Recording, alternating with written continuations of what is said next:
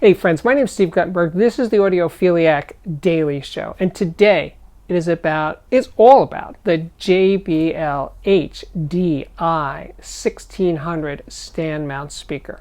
It's a new line for them, HDI. There's also two tower speakers, a center channel speaker, and a subwoofer in this line.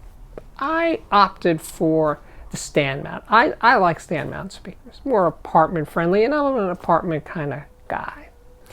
Anyway, you know, when I was looking at the speaker on their website, I assumed that it was a horn speaker. But JBL refers to the part around the tweeter as a waveguide. Okay, you know, you say tomato, I say tomato, waveguide, horn. I'm not exactly sure what the technical difference is between the two, but I do know one thing, having studied up on this speaker, is that the tweeter is not a typical dome tweeter mounted in a waveguide. It's an actual compression driver, a pro-style driver.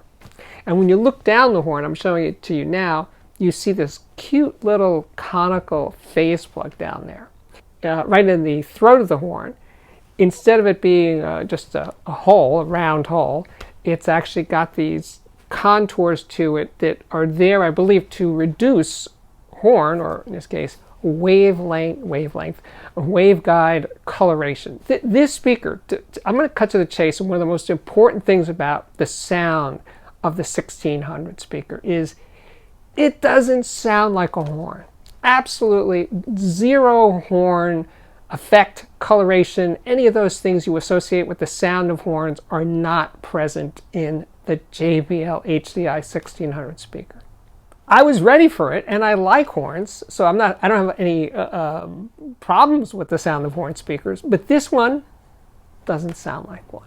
What it does sound like is, well, open, very, very open sounding speaker, very clean, very, very precise sounding speaker. Oh, and lest we forget the woofer. The woofer is a 6.5-inch matrix aluminum. It's basically anodized aluminum woofer. Very rigid, very lightweight, with a cast basket. Really beautifully done. And of course, a completely original JBL design. I think the cabinet is an elegant affair. It's heavily braced. It has real wood veneers. My samples had walnut veneers, but it's also available in, I think, light oak and also piano black. Round back, there's a port, bi-wire posts, and of course, there has to be, right, a magnetically attached grill. But overall, the feel is very, very nice, very modern, very contemporary. I set them up, experimented with some toe-in, and I had them a little wider than usual, about 8 feet apart, and I'm sitting about 8 feet or so away from them. And I think it took a certain amount of dialing in terms of toe-in, and they were on 28-inch tall stands, but it all felt right. And that sound, the sound signature is clean. It's all about clean with this speaker. Very precise, extremely open sound. So, let me talk a little bit about the specs. Now, one spec definitely jumped out of the deck, and that is sensitivity. Now, horn, waveguide, I expected it to be a pretty sensitive speaker, very easy to drive, could use with low-powered amplifiers. But the spec is actually 85 dB for 1 watt in. That's low sensitivity. That is not even medium sensitivity. That's on the low-ish side of the sensitivity rating scale, right? So no, you're not going to use it with a 5-watt tube amplifier or something like that, or this 2-watt Deckware, which I did try briefly. I have this 2-watt Deckware amplifier that I absolutely love. Hooked it up, and it was like, no, not a happy camper. So 2 watts, 5 watts, 8 watts, it ain't really going to cut it with these speakers. But that's kind of a side issue, right? Most people have much more power than that. But it is a 4 ohm rated speaker. You do need to use it with an amplifier or a receiver that's happy driving 4 ohm loads. Not all are, but you know, check with your manual or the specs on the website. The first amplifier, which turned out to be the one that I really stuck with through most of the review, was the Schiit Agir. It's rated at 40 watts a channel for 4 ohms. It had synergy with this speaker. I really like that combination. That's what I listened to probably 85% of the time was with the Agir. But I also spent some time with a high-powered amplifier because of the sensitivity issue, the 250 watt per channel Mytek Brooklyn amp, and I played that really, really loud with that amp. And yes, this speaker plays loud very, very well. But I'm not a loud kind of guy. I just do it because I know some of you want to listen loud, so it's my duty to tell you if it can do that, and it can. I also used, in terms of the best sounding amp I tried, was the past Labs XA100.5, which is 50 watts a channel into 4 ohms. That one was far and away the best, but it's a $5,000 amplifier. It seems sort of out of place, so that was just a little detour on this journey. Oh, the price. I haven't mentioned the price. The price is $1,800 a pair in the US in all 3 finishes.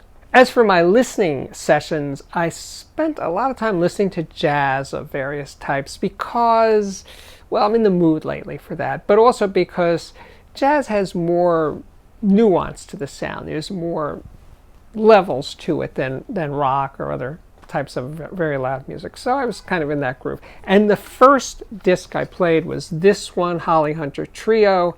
Holly is an amazing singer. Her vocal chops, her athletic abilities as a singer just blow me away. And there's a tune on this record called Spring Can Really Hang You Up the Most. It's an odd name. But anyway, it's one of those that requires so much from a singer. There's key changes and dynamics and stuff. It's kind of a racetrack for a singer. And Holly just nails it. And she was so present, so believably there. And it was one of those I had to concentrate on the speakers. I was listening. I just kept thinking about her voice. Her voice is just so good and it's so beautiful and agile. So how did I follow her? I put up this guy, Casey Abrams. This is a Chesky recording. I was present at the session. And this guy, he's a singer, man. He can sing rock. He can sing jazz. He just belts it out. He's a belter. But he also has nuance. He can sing quietly. He has great control over his voice. But he's also playing stand-up acoustic bass. So to hear that size, that scale of the bass instrument was really, really impressive in terms of his fingers on the strings, the woodiness of the instrument, his free singing style. And I heard this guy do it for real. I was present for this entire session, and I'm closing my eyes and I'm listening to it coming out of the 1600s, and I'm time traveling. I'm going back to the session. The speakers become a portal back in time to what was going down at the session. Then I thought, I gotta crank this up a bit. So I go back to some early Rolling Stones from like the mid 1960s. When they were a band, it wasn't just Mick Jagger and Keith. It was more like a band of brothers kind of deal, right? And I'm cranking it up. And yes, you know what? These speakers do loud really well. And by that I mean you don't get a sense of like increasing distortion as you're turning it up higher and higher and higher. Now it is, bear in mind, it is let's say a mid-size, small to mid-size stand mount speaker. So I'm not playing it at 110 dB, but I'm playing it into the high 90s, 100 dB, and it was fun. The Rolling Stones just kicking ass, and just the rhythm section of Bill Wyman and Keith and Charlie Watts on drums just had that youthful power. Good stuff. Now, at this point, I decided, because I still have the KEF LS50 Meta here that I just reviewed and raved about, and I'm thinking, well, they're about the same price. The Meta is $1,500 a pair. This one is $1,800 a pair. How do they compare? Well, let's see. As I played some of those recordings I just mentioned, right, I really felt that the Meta is a more transparent speaker. It disappears. It can disappear more completely than the 1600 can in terms of its sound staging abilities. Both do soundstage really well. I would say that the LS50 Meta is more focused. I also think that the mid-range, especially on those vocals, is more fleshed out. It's warmer in, let's say, the upper bass, lower mids than the 1600 is. But the 1600 pulls ahead in terms of dynamics and playing loud. It does that part better than the Meta does. So it's, you know, a little of this and a little of that. I'm leaning towards the Meta, but I really like the 1600. So it's a tough call there. So then I played, well, to test out the bass capabilities of this speaker, I played this guy here, Kid Koala's 12-bit blues, which is not normally the kind of thing I would like. It's because it's sampled and looped and processed in various ways, but I don't know. He's got something going on here. It has great feel. It's a very interesting kind of recording mix. It just pulls you in. A friend of mine interviewed Kid Koala a few years ago, and in his studio, in Kid Koala's studio, and he said he could do all that stuff in his studio, you know, live. He could play those samples, like create a whole thing in front of you right there. So it isn't purely something that's done in a mix. He can create this sound on this record live. Now, I've never seen him perform, but that's what my friend said. Anyway, I'm getting off the subject. The point is, this recording has some, you know, earth-moving bass lines in it, and the 1600s definitely were up to the task, definitely. You know, late in the process, you know, I am always telling you guys to move your speakers way out into the room. Well, they were, for me, they started out way out into the room. They were about 3.5 feet away from this bookcase behind me with all the records and stuff. But I pulled it out another maybe 2 feet, so now they're way out into the room. And it just got better and better. They disappeared more.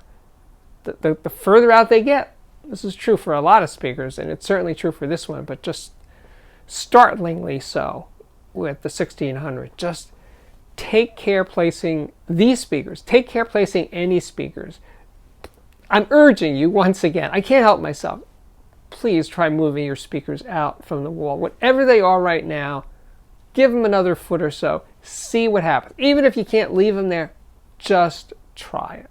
Just try it. See what happens. It's free. It takes, you know, a little time to set them up when you move them, but other than that, it's worth doing just as an experiment in your journey as an audiophile. Speaking of journeys, I also watched a movie on Netflix. It's called My Octopus Teacher. This is an odd film. It's a documentary, and it's kind of a love story between a man and an octopus.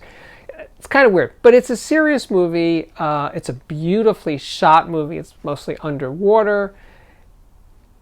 A great score, and the filmmaker narrates the entire film telling his story of this love affair with an octopus. And it sounded great. The underwater sounds were really great, and the music score was just so beautiful, and so it complemented the film, the visuals so well.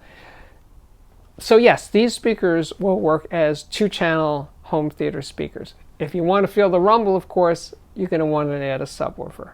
So there you have it, the JBL HDI-1600 stand mount speaker. Pretty good. Circling back to where we started, a horn speaker that does not sound like a horn. A low sensitivity horn, well, waveguide speaker, 85 dB. But it worked with my 40 watt per channel Shit Agir very well. I mean, that pairing seems ideal to me, but I'm not into super loud. Home theater duty, as I just stated, yeah, I could see that happening. 2-channel home theater, excellent choice.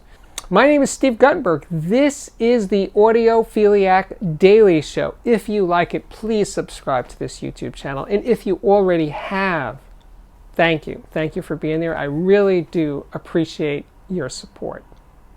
But there is one more thing you might want to check out, which is my Patreon, which can be found at patreon.com/audiophiliac, and I will link to that directly below. By the way, I will link to my complete system, or almost pretty much everything that's used in these reviews is now in the description box. I'll probably put it in every video, but certainly for the reviews, I will put it down there. But while you're here, check out the playlist. There's playlists for many, many, many more speaker reviews and headphone reviews and electronics reviews and, of course, music reviews. Plus, interviews. We got tons and tons of interviews with audio engineers and with designers and with fellow audiophiles. They're all right here on those playlists. What else? Well, I think my work here is at last complete. Thank you again for watching, and I really do hope to see you back here again very, very soon. Bye-bye.